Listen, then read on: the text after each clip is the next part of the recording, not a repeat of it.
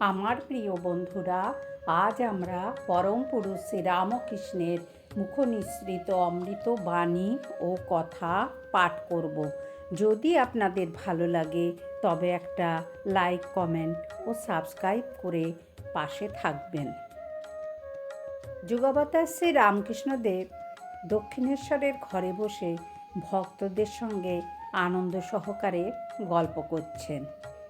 আজ ঠাকুরের হৃদয় মধ্যস্থ প্রেমের উৎস উচ্ছ্বাসিত হইয়াছে। রাত প্রায় 8টা, তথাপি প্রেম উন্মুক্ত হইয়া একাকী বারান্দায় বিচরণ করিতেছেন।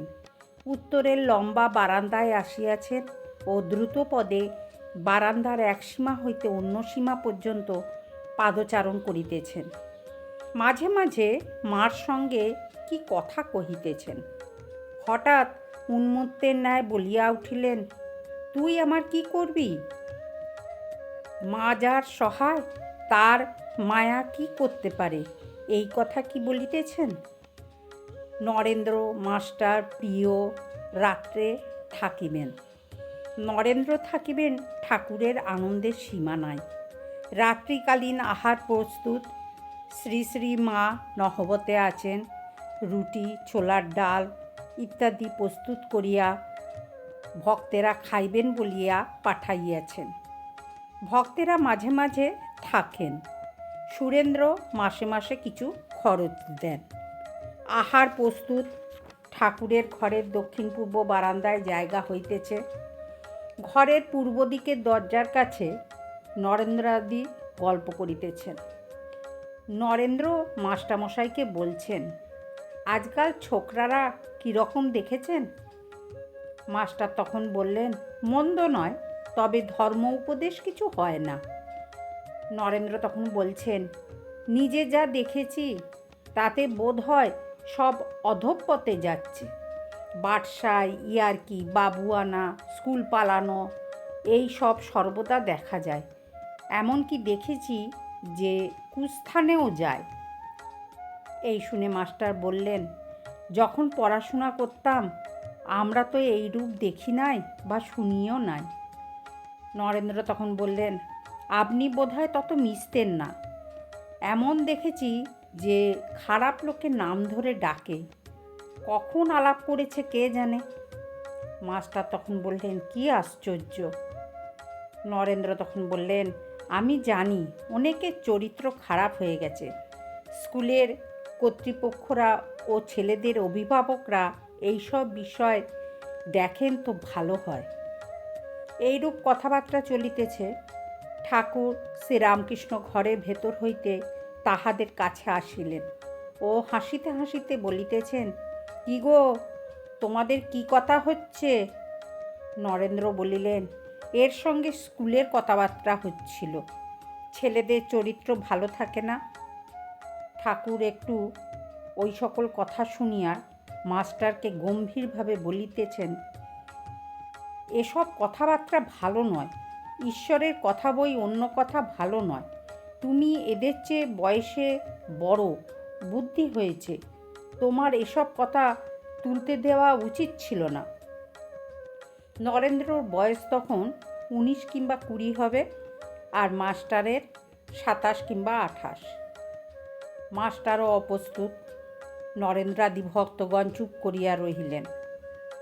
ঠাকুর শ্রী রামকৃষ্ণ দাঁড়াইয়া হাসিতে হাসিতে নরেন্দ্রাদি ভক্তগণকে খাওয়াইতেছেন। ঠাকুরের আজ মহা আনন্দ। নরেন্দ্রাদি ভক্তেরা আহার করিয়া ঠাকুরের ঘরের মেঝেতে বসিয়া বিশ্রাম করিতেছেন ও ঠাকুরের সঙ্গে গল্প করিতেছেন। আনন্দের হাট বসিয়াছে।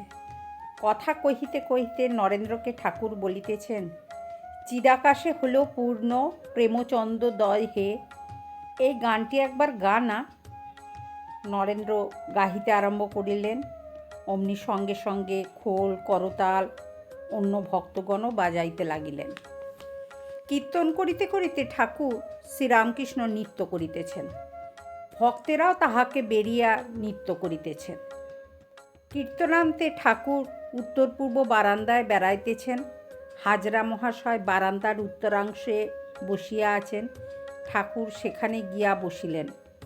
মাস্টার সেইখানেই বসিয়া আছেন ও হাজরার সঙ্গে কথা কহিতেছেন। ঠাকুর একটি ভক্তকে জিজ্ঞাসা করলেন, তুমি স্বপ্ন টপ্ন দেখো? ভক্তটি বললেন, একটি আশ্চর্য স্বপ্ন দেখেছি। এই জগৎ জলে জল, অনন্ত জলরাশি, কয়েকখানা নৌকা ভাসিতেছিল। হঠাৎ জলোচ্ছ্বাসে ডুবে গেল। আমি আর কয়টি লোক জাহাজে উঠিয়াছি। এমন সময় সেই অকুল সমুদ্রের উপর দিয়ে এক ব্রাহ্মণ চলে যাচ্ছেন। আমি জিজ্ঞাসা করলাম, আপনি কেমন করে যাচ্ছেন? ব্রাহ্মণটি একটু হেসে বললেন, এখানে কোনো কষ্ট নাই, জলের নিচে বরাবর সাঁকো আছে। জিজ্ঞাসা করলাম, আপনি কোথায় যাচ্ছেন? তিনি বললেন, ভবানীপুর যাচ্ছি। আমি বললাম, একটু দাঁড়ান, আমিও আপনার সঙ্গে যাব। ঠাকুর এই শুনে বললেন, আমার এইসব শুনে রোমাঞ্চ হচ্ছে।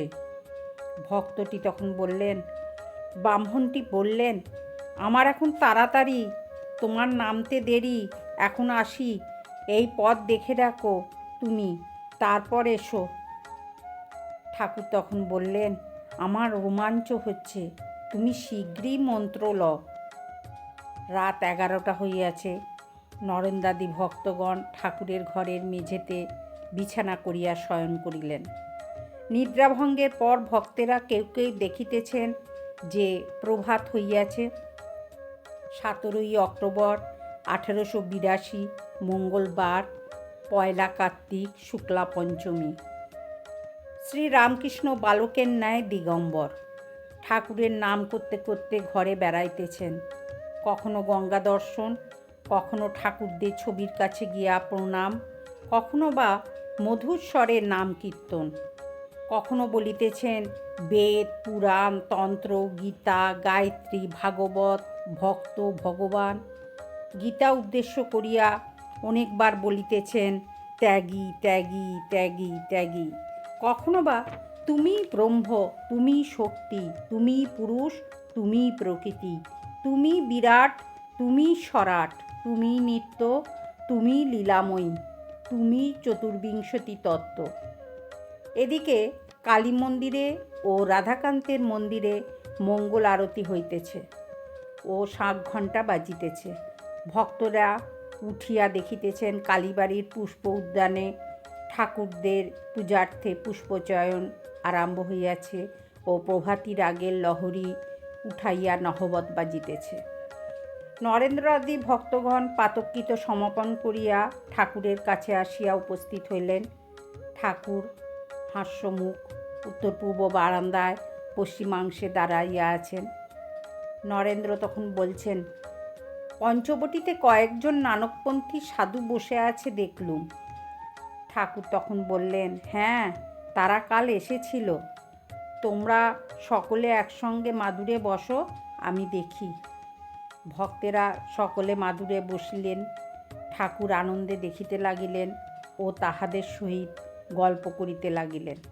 বন্ধুরা, আজ এই পর্যন্ত। আবার আমরা আগামীকাল পড়ব। আপনারা শুনবেন, কিন্তু খুব ভালো লাগবে, মন প্রাণ আনন্দে পরিপূর্ণ হয়ে যাবে।